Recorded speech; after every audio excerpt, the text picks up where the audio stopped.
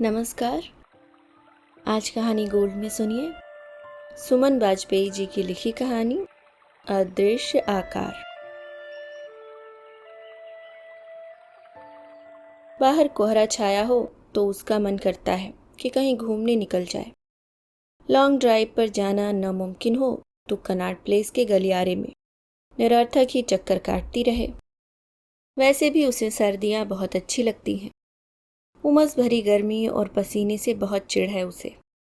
कभी आंधी तो कभी धूल। एक उजाड़ मौसम लगता है जिसमें सिर्फ बेचैनी ही महसूस होती है। एसी की शरण लो तभी राहत मिलती है। राहत भी कहाँ, तब भी शरीर में दर्द की टीसें उठने लगती हैं। सर्दी में तो अच्छे से शरीर को लपेटो और निकल जाओ, पर गर्मियों में आखिर आप कितने कपड़ों का निष्कासन कर सकते हैं। कृत्रिमता तो हर मायने में बुरी लगती है। एसी की कृत्रिम हवा भला प्रकृति की खुशनुमा हवा को पछाड़ सकती है। मौसम की सौम्यता देखनी हो तो सर्दी में ही दिख सकती है। सब कुछ कितना शांत और सुंदर लगता है। कंठ पड़ते ही मन में न जाने कितनी उमंगें पलने लगती हैं। उसका दिल करता है किसी के हाथ में हाथ डाले, कभी कॉफी तो कभी सूप पीते और कभी गर्म गर्म आलू की चाट खाते, कनॉट प्लेस के चक्कर काटे, उसके गलियारों के खंभों को गिने। उसे गलियारे का विस्तार जीने की प्रेरणा देता है। पर कल्पनाएं भी कभी सच में तब्दील होती हैं। उसकी जैसी न जाने कितनी वर्तिका होंगी जो किसी के हाथ की तपिश पाने के लिए, प्यार का एहसास महसूस करने के लिए ललक रही होंगी। फिर वह वर्तिका ब्याहता हो या कुंवारी, क्या फर्क पड़ता है। जरूरत तो होती है एक साथी की। फिर यह किसने प्रमाणित कर दिया कि शादीशुदा वर्तिका अकेलापन नहीं महसूस करती है। बंधन की तपिश कई बार इतनी सुखद नहीं होती जो उष्मा दे सके। शायद भटक रही है वर्तिका, क्या करे, मौसम ही ऐसा है। सुबह के 10 बजे हैं। ऑफिस से छुट्टी ली है, वरना छुट्टियां बेकार हो जाती। सोचा था आकाश के स्कूल जाने के बाद चैन से मौसम का लुत्फ उठाएगी। ना, अकेले नहीं बल्कि सुमित के साथ। पर हर बार की तरह इस बार भी उसकी सोच पानी के बुलबुले की तरह ही साबित हुई। सुबह ही उसने बता दिया था सुमित को, आज छुट्टी ली है मैंने। तो प्रश्न उछाल हमेशा की तरह लापरवाही की मुद्रा धारण कर ली थी सुमित ने। उसने उसे देखा तो सुमित थोड़ा आवाज में नरमी लाते हुए बोला, हमेशा काम में लगी रहती हो, ऑफिस घर आकाश, थक जाती हो तुम। आज आराम करो, फ्रेश फील करोगी, जस्ट रिलैक्स। वह कुछ कहने के लिए मुंह खोलती इससे पहले ही सुमित सैर के लिए निकल जाता। इस रूटीन में कभी बदलाव आ जाए यह तो संभव ही नहीं है। सैर से वापस आकर सुमित कब रजाई में घुस गए उसे भान तक न हुआ। वह तो जल्दी जल्दी रसोई का काम समेट रही थी। बातचीत का क्रम जोड़ने के लिहाज से वह रसोई घर से ही बात करने लगी। जब जवाब नहीं आया तो कमरे में झांका। सिर्फ खर्राटों की आवाज थी। मन हुआ झिंझोड़कर उसे उठा दे, पर रुक गई। बेकार में झुंझलाएगा और उसका सारा दिन खराब हो जाएगा। याद है उसे, शादी हुए तब 15 दिन ही हुए थे। सुबह से ही बारिश हो रही थी। उसने अति उत्साह से सोए हुए सुमित को उठा दिया था। क्या है, लगभग चिल्लाते हुए पूछा था सुमित ने। वह फिर भी अपनी रौ में बहते हुए बोली थी, बारिश हो रही है, चलो न छत पर चलकर भीगते हैं। तुम्हारा दिमाग तो खराब नहीं है? बारिश हो रही है तो क्या करूं, नाचूं क्या? नींद खराब कर दी। आइंदा कभी मुझे सोते से उठाने की जरूरत भी मत करना। सारा रोमांस मूड और उमंग जो खत्म हुई तो आज तक कहीं दबकर रह गई है। छोटी छोटी खुशियां क्या नहीं पाई जा सकती। वह सुमित के व्यवहार और रूखेपन की आदी हो चुकी थी, पर आज तो उसे बहुत ही बुरा लगा। क्या रात का हैंगओवर सुबह दोबारा सोकर ही उतारा जा सकता है? झुंझलाहट से भरी वर्तिका सारा काम छोड़ बालकनी में जाकर बैठ गई। ऑफिस जाने वालों की आवाजाही थी। हर तरफ एक शोर था। व्यस्तता चहलकदमी करती प्रतीत हो रही थी। वहाँ भी अच्छा नहीं लगा तो अपने कमरे में आकर सिमट गई। हाँ, उसके और सुमित के अलग अलग कमरे हैं, पति पत्नी पर कमरे अलग, क्या फर्क पड़ता है। वैसे भी आपस में संवाद ही कितना है। सुमित उसकी संवेदनशीलता को मूर्खता का दर्जा देता है। उसको किस बात से ठेस लग सकती है इसकी वह कभी परवाह नहीं करता। 8 वर्षों के वैवाहिक जीवन में उसने कभी पूछा तक नहीं कि वर्तिका तुम्हारी क्या इच्छा है। यहाँ तक कि उसकी पसंद, उसे कौन सा रंग अच्छा लगता है, यह भी कभी गौर करने की कोशिश नहीं की। उसके पसंद की सब्जी के बारे में भी नहीं जानता है। अब तो वह भी भूल गई है कि उसकी अपनी भी कोई पसंद है, कि इच्छाएं करने का हक उसे भी है। अपनी पसंद नापसंद उसके लिए कोई मायने नहीं रखती। सुमित, आकाश, बस इन दोनों के इर्द गिर्द ही घूमती रहती है उसकी दुनिया। हाथ में हाथ डाल घूमने का सपना तो कभी पूरा नहीं हो सकता, फिर भी वर्तिका ने सपने देखना नहीं छोड़ा है। एक अदृश्य आकार के साथ वह इन सपनों में जी लेती है। कल्पनाओं का एक लंबा चौड़ा दायरा बना उस आकार के साथ छोटे छोटे दुख सुख बांटती है और एहसासों की ऊष्मा को सहेज कर दौड़ने लगती है। अपनी व्यस्त रूखी जिंदगी में वह पीछे छूटकर भी पीछे रहने को तैयार नहीं है। हारना नहीं जानती वह। आज खाना कैसा बना है? अदृश्य आकार से वह जब पूछती है तो वह सुमित की तरह यह नहीं कहता ठीक है, अब इसकी भी तारीफ करनी होगी, बल्कि वह कहता है तुम्हारे हाथों में जादू है। तब उसका मन करता है वह अलग अलग चीजें बनाए। जब वह उसे पूछती है कि आज मैं कौन सी साड़ी पहनूं, तो वह सुमित की तरह हंसता नहीं है कि पढ़ी लिखी होकर व्यवहार गवारों सा करती हो, कुछ भी पहन लो क्या फर्क पड़ता है। वह कहता है तुम पर बैंगनी बहुत अच्छा लगता है, वही पहनो ना। वह खिल उठती है और ललक उठती है अपने को संवारने के लिए। वह अदृश्य आकार सच नहीं हो सकता, वह जानती है, पर उसी के सहारे वह सुमित के कटाक्षों को झेल पाती है। आत्मनिर्भर स्त्री भी मार खाती है, कोई यकीन कर सकता है, पर यह सच है। पिए हुए आदमी का हाथ रोकना कठिन होता है उसके लिए। वर्तिका यह भी नहीं जानती कि उस आकार को कभी वह साकार होते भी देख पाएगी कि नहीं, लेकिन वह अदृश्य आकार हताशा के क्षणों में, उदासी के पलों में उसे संबल अवश्य देता है। एक निराधार विश्वास उसकी जिंदगी के सपनों को टूटने से बचाता है। वे सपने हैं जिसमें वह अपने आप ही गुनगुनाती है।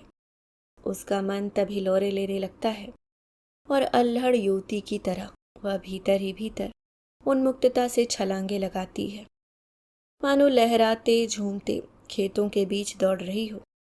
कुलाचे भरते हिरनी सी फुर्ती आ जाती है। सुख महसूस होता है वातावरण में। आसपास सब जीवंत हो उठता है। सपने लेना अच्छा है या बुरा वर्तिका नहीं जानती, वह सिर्फ जीना चाहती है। सुमित का साथ मिलता है तो ठीक है, वरना अदृश्य आकार के साथ वह घंटों बातें करते हुए बिता देती है। यह संवाद कोई नहीं सुन पाता, लेकिन उसके मन का बोझ हल्का हो जाता है। कभी हैरान होता है सुमित उसके व्यवहार पर। पता ही नहीं चलता कब उदास हो कब खुश, तुम्हें समझना मुश्किल है। मन ही मन न जाने क्या सोचती रहती हो। तुम मेरी बात सुनो तो मन से संवाद करने की जरूरत ही नहीं पड़ेगी। वर्तिका ने संकेत दिया था एक बार, मैं पागल हूं जो तुम्हारी बेसिर पैर की बातें सुनूंगा। भावुक बेवकूफ हो तुम। वर्तिका की संवेदनशीलता का मजाक जब तक उड़ाना सुमित की अगर आदत हो गई है, तो उसे सहना वर्तिका की भी आदत हो गई है।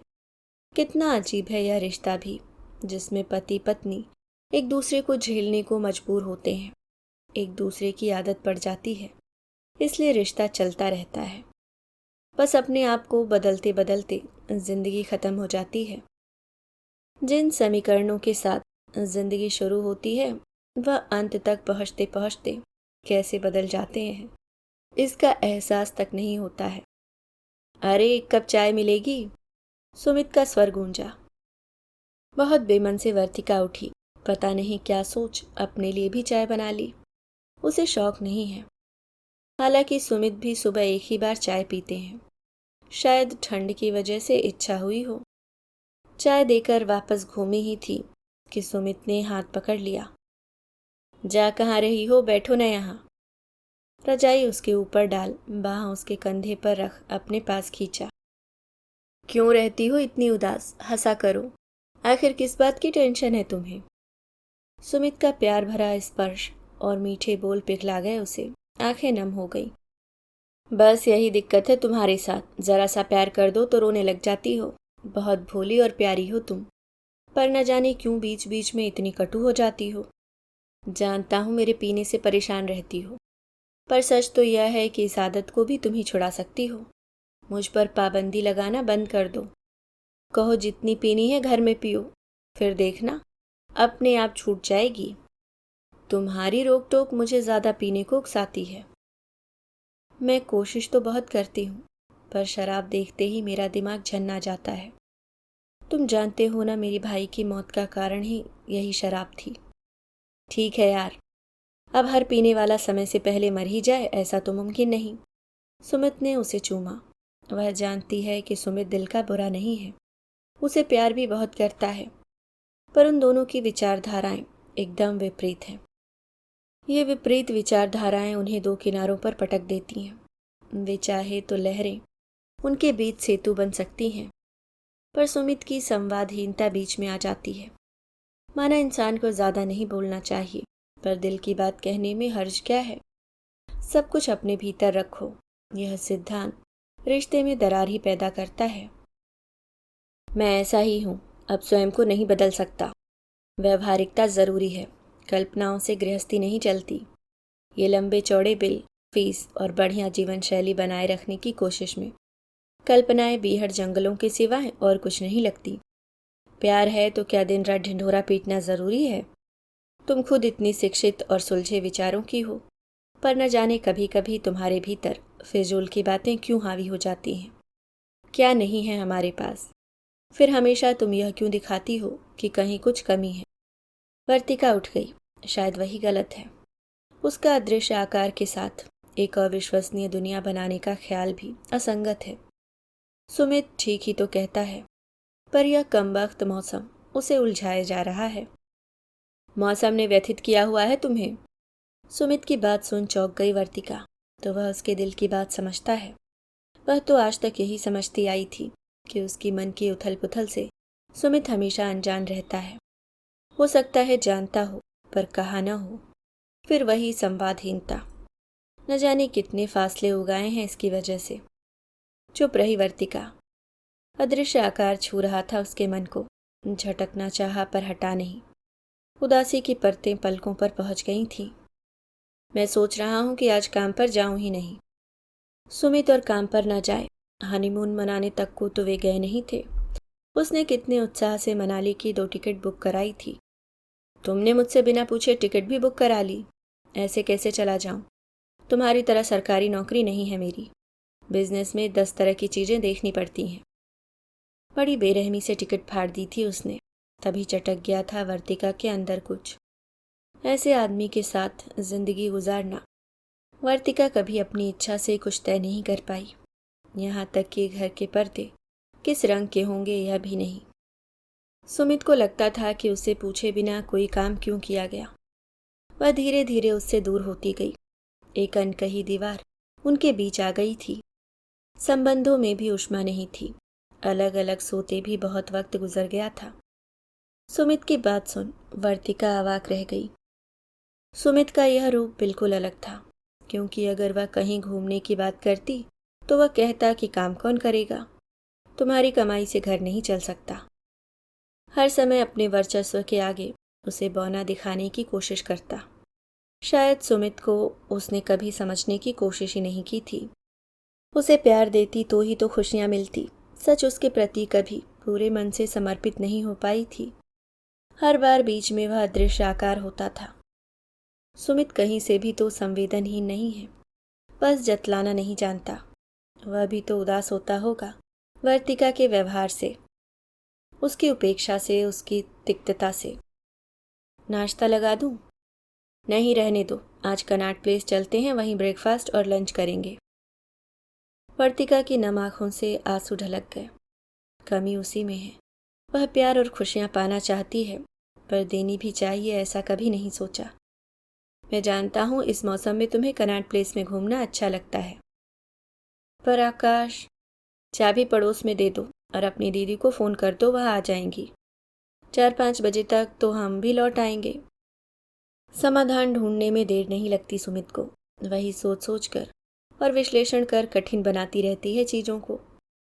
कनॉट प्लेस के गलियारों में भटकने का तो अब सवाल ही नहीं उठता था, क्योंकि सुमित साथ जो थे, सुमित के हाथ में हाथ डाले, आलू की चाट खाते और बरिस्ता में बैठ कॉफ़ी पीते उसे एहसास हुआ कि वह अदृश्य आकार और कोई नहीं है।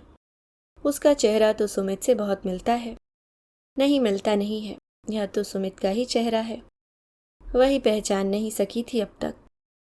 सुमित के हाथों की तपिश उसके सारे शरीर को उष्मा दे रही थी।